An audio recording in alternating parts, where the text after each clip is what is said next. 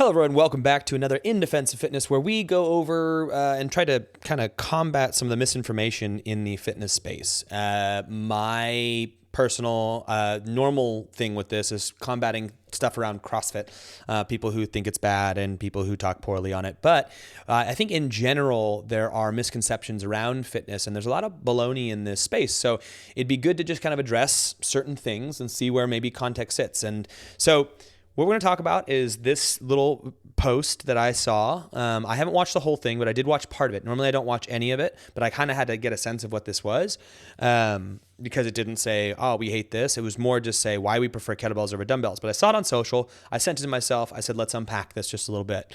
So that's what we're going to do. Again, my name is Pat. I've done CrossFit for like 20 years. I've been a strength and conditioning coach that entire time. And I've questioned any and everything there is to know about fitness. And I continue to not know the answers, but love to examine it for the most part. What I do well is I put things that are complex into simpler bits of understanding to try to make it so people can get it when it could be more complex than it needs to be. But let's watch this. All right, here we go. Here's why we prefer kettlebells over dumbbells. Okay, so they are speaking from their perspective why they prefer kettlebells over dumbbells. Great. My guess is they sell kettlebell programs. And if I am correct, this is when I hit play, it's going to be, kettlebell athletes. I actually didn't realize that, but it is called kettlebell athletes. So of course they sell kettlebell programs, and so they're going to tout why their thing is better. Now they might genuinely prefer kettlebells over dumbbells, but they better make some really good points around why that is the case. And there are points to be made, but I don't think there's a world where you need to choose one or the other, which is a strange thing. So let's watch it. Dumbbells. They are both a form of resistance training that can help you build muscle. Cool. Both of them offer resistance training. Yes, they do. However, the design of the kettlebell allows you to train for power, speed, and stability. So they said the design allows you to train for power, speed, and stability. There it is. The dumbbell doing the things that she was just talking about there, power, speed, and stability. You can do all of the exact same things. You can do a clean to the shoulder, a press overhead, and what she's going into is like a Turkish get-up. Nothing about the kettlebell is unique for that. So this is a non-real statement. Maybe she believes that it does a better job, but there's nothing that actually supports this. In addition to that, when you're talking about power and speed, the kettlebell is actually minimally effective at these because you can never load it very heavy.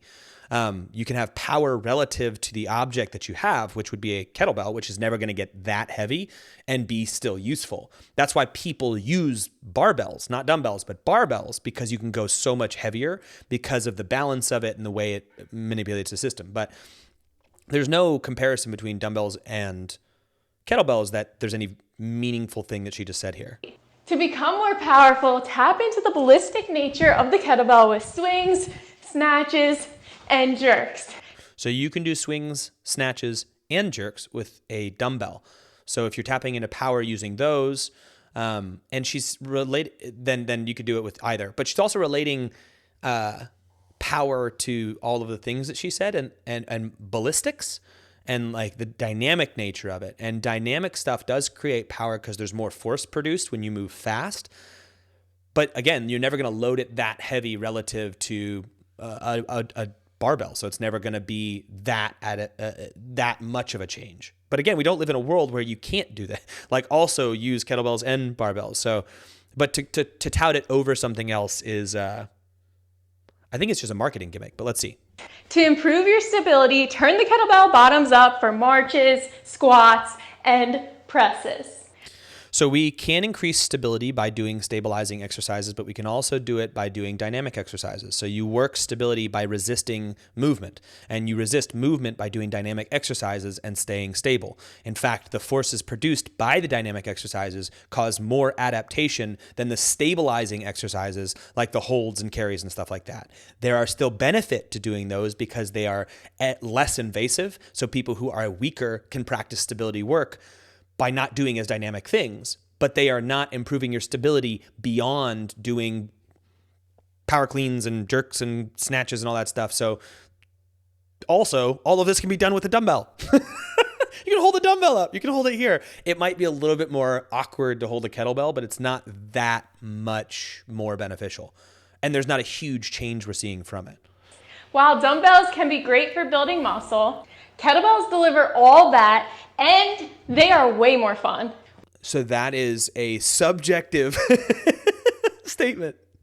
They are way more fun is not, no, come on. You can't just say they're way more fun. They are fun. They're cool and they're round. And I think people often display themselves having fun with them, whereas classically dumbbells are thought as like sitting in the gym and getting your pump on.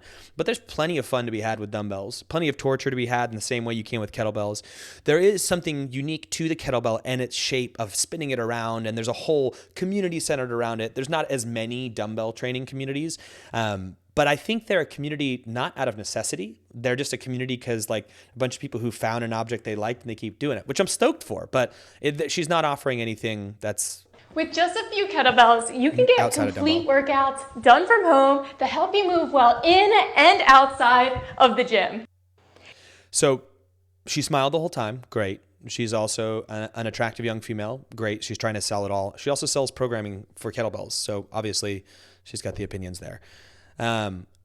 Is people doing kettlebell work great? Yeah, but there's nothing that she said there, even in that last little bit, about kettlebells that can't be done with dumbbells. Unfortunately, this is just a good example of trying to diverge the fitness community and say my thing's better than your thing in an attempt to sell your thing, or my thing, or whatever it is. And this is what people do a lot of the time. We do it in CrossFit too. We say ours is better at doing this or X, Y, Z, but the ways and times that this is beneficial and meaningful is if there's actual data and differences in what you're doing. Like in the case of CrossFit, we pursue fitness as per a very specific definition.